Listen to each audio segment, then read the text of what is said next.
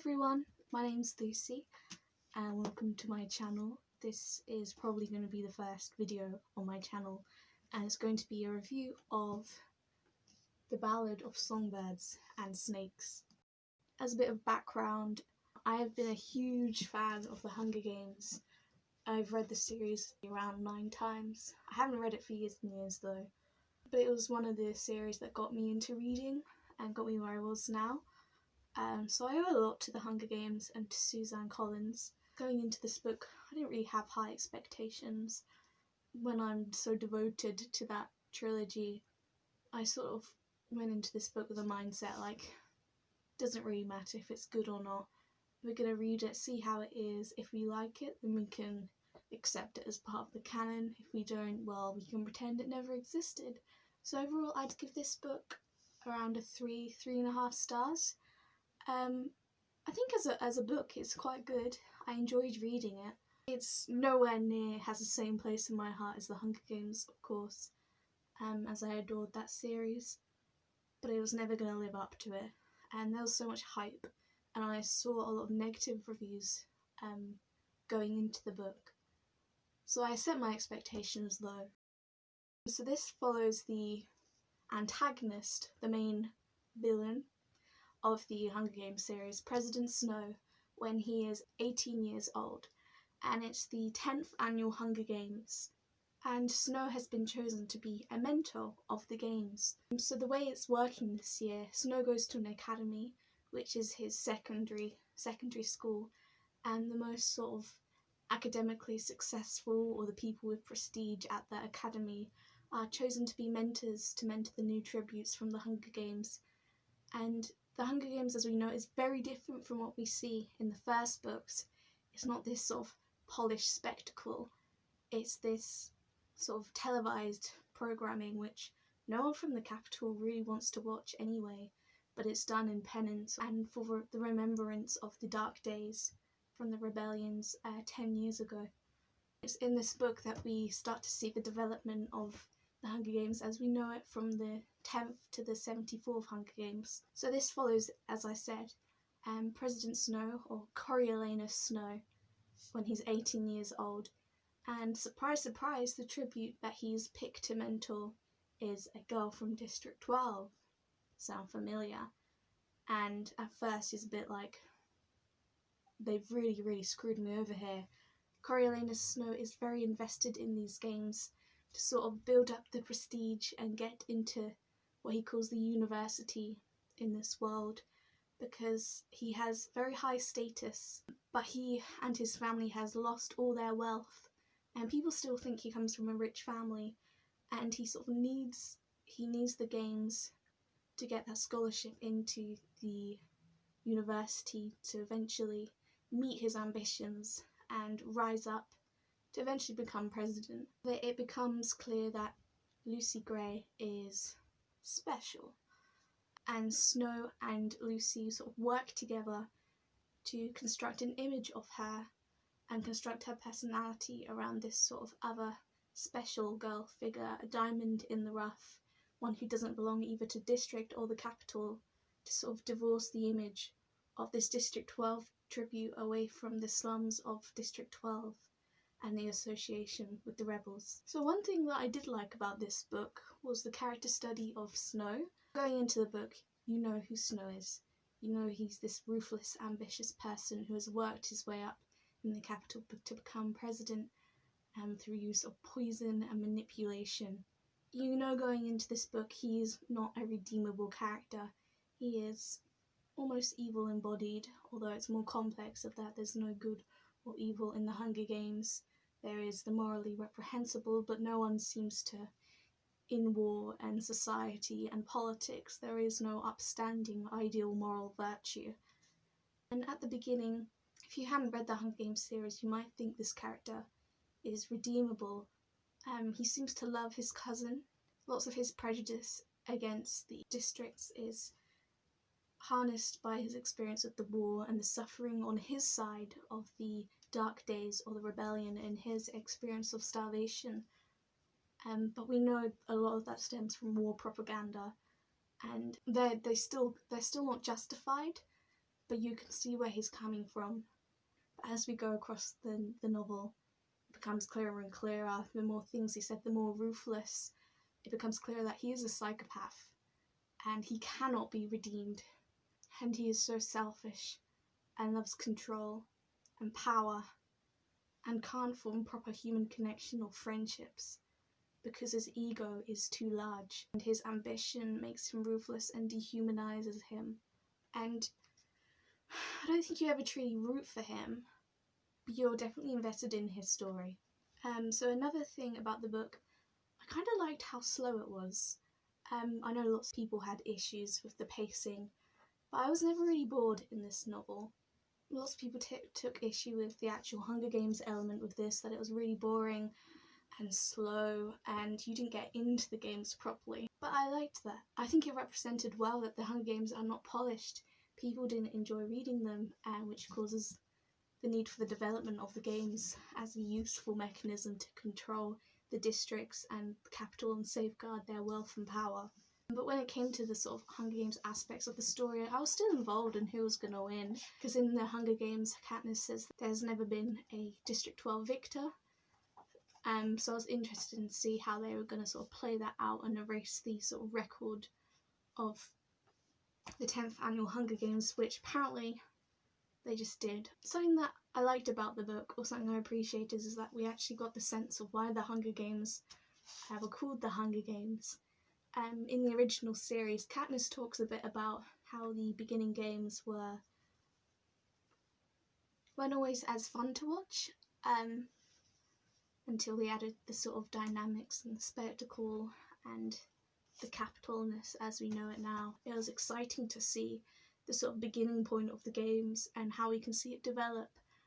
Some of the callbacks to the original series were done successfully, some of them not so much and were a bit heavy-handed. Overall, I found this book in parts thrilling, psychologically thrilling, though slow at some points, but when I got to the book, there wasn't a point where I ever wanted to put the book down, or I wasn't looking forward to go back to reading it. So as a reading experience, I enjoyed it, even though, as we will come to see, I had lots of issues with parts of the story. So a few more good things until I get to the sort of critiques, some of the critiques I have. So as a character, I quite liked Sejanus. It was nice to have a sort of morally good character in the story, a mouthpiece set in contrast to Snow's very small mind, a voice that the reader can relate to, and you don't feel so trapped in this, like, why aren't people seeing the issue with this, that sort of mindset. And one character I did like, which is part of the capital establishment, was Dean Highbottom. I liked the sort of reveal at the end of why he had such a vendetta against Snow. It's because he never wanted this games, and it was Snow's father was the one who came up with this ideas. He never wanted it to escalate this way, he never wanted to get the traction. There's something terrifying about how his thought, when he was just angry at the districts, could be implemented on such a large scale.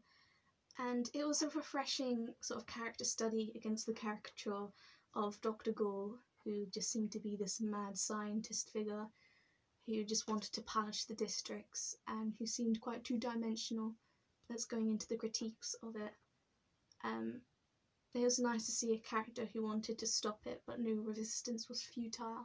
Some general comments, which are neither good nor bad. So I hated the romance between Snow and Lucy, which I think you're supposed to do. It's not something you can root for, and it's not something you're supposed to root for. You know that Snow is only infatuated her for the power and control he exerts over her.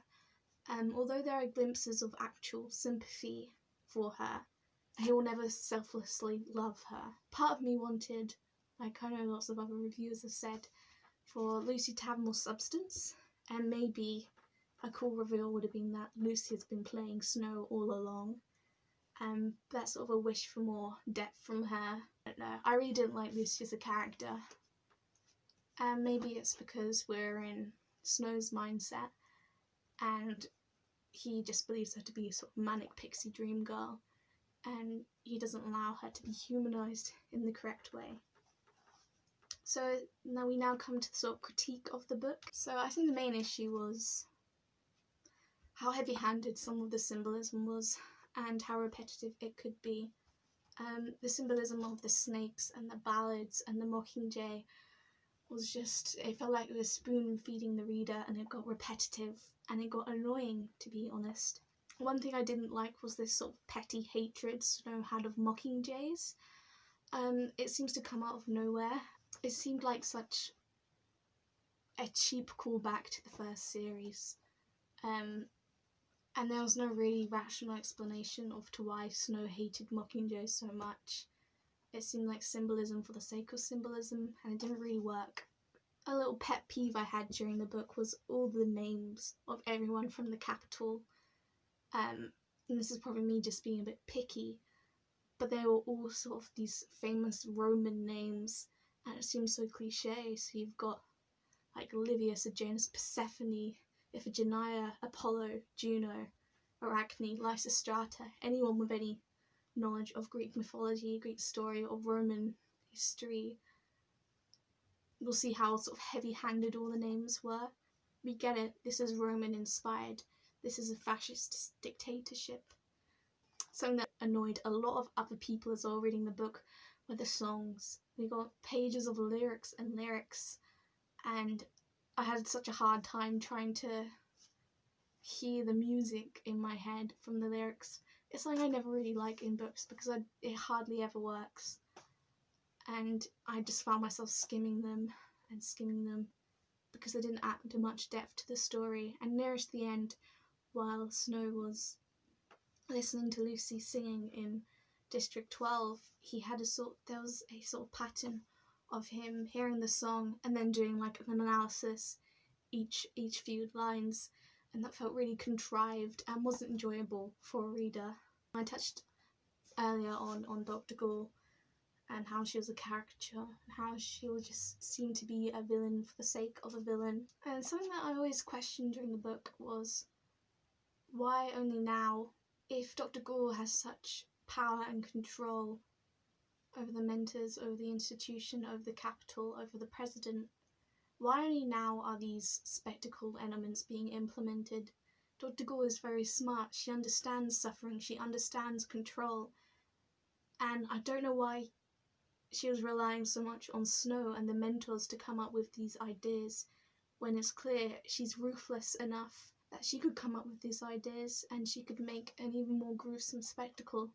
And yet it's been 10 years and people are like, oh, how do we make the Hunger Games enjoyable to watch? A few other nitpicks as well is, I hated the ongoing mantra that Snow lands on top. It became so repetitive.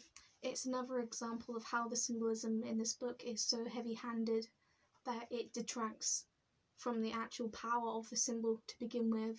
And one plot point which I didn't like was how during the games they made Snow go into the arena.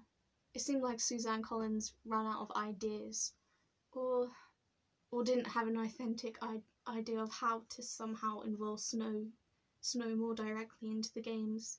However, leading from that point, I did like the idea of how Snow explored the sort of animalism that overtook him during the games, and how he thought that was a universal. But I did like how that sort of, the ending, the last few pages of the book, really demonstrated how Snow thought that was humans' essential nature, to be savage and uncivilized and to kill or be killed. I actually liked the last chapter of the novel, when it became so quick. I very much got caught in that tension of what is going on, who can we trust. I think Suzanne Collins did a good way of putting us in Snow's head, of the paranoia of who can he trust. Maybe we are all animals and we are all out to get each other, even though I don't believe that's how we should feel by the end of the book. Snow believes himself to be an animal, that everyone in the districts and in the capital are united by this kill be killed attitude. But it's more of a testament to his small-mindedness and his ego, that he thinks that is the only way humans exist. His experience in the games sort of became a self-prophecy of how he would act by the end of the novel. I liked the open-endedness of the novel, and we're not sure really what happened with Lucy, whether she did betray him and run off or try to kill him with the snake or not, or whether that's just a manifestation of Snow's paranoia. And I liked it because we are very much trapped in Snow's head, and I think the novel showed how limited we were as a reader. And I liked not knowing who to trust, because overall it didn't matter in the end whether Lucy was faithful in a way to Snow, because all that mattered was Snow's thirst for power and control. So some final thoughts. I'm glad that I read the book, because I enjoyed reading it, really. It comes down to that. But it was very easy for me to critique, because there are lots of things I sort of had resistance against because I didn't like how they were done or how they related to the original series. And I think that was always going to happen when I loved the first series, the first trilogy, so much. I mean, I've always wanted more of the world. I wanted to learn more about the districts. I wanted to know the story of the other games. But the trilogy was good where it left off, because it left us wanting more without us needing more. However, do I regret Suzanne Collins writing this book? I don't think she needed to, but I enjoyed it. Is it a necessary addition? No. I would still recommend it to readers of the original trilogy and to those who loved it, because it doesn't have to detract from the series if you go in with the mindset that this is just a cool piece that Suzanne Collins has written to expand the world. You don't have to accept it as canon, or you can do what you want with it, really. Saying that, if Suzanne Collins does write a sequel to this book, I think I'm probably going to read it, because I'm invested, because I enjoyed reading this enough. I'm invested enough in the story, and I still want to see the time gap between the 10th Hunger Games to the 74th. Okay, well, thank you if you've watched to this point, and this has been my first video review, and at least when I'm filming this, oh god, it's been over half an hour. I'll definitely be cutting lots of this down. There'll be more videos on my channels. I wanted to do this review because I'd watched like a live stream on Read with Cindy's channel about lots of the people sort of talking about the Ballad of Songbirds and Snakes, and I think the overall consensus was this was a bad book, even though lots of them still enjoyed it. And I just wanted to also, as a kind of reaction against that, to sort of stick up for the book a bit, while also critique. And I don't think my voice is necessary in this whole discourse about this book, but instead of just having all these thoughts in my head, I thought, why not share them with some of you? So yeah, thank you for watching, and see you next time. Bye!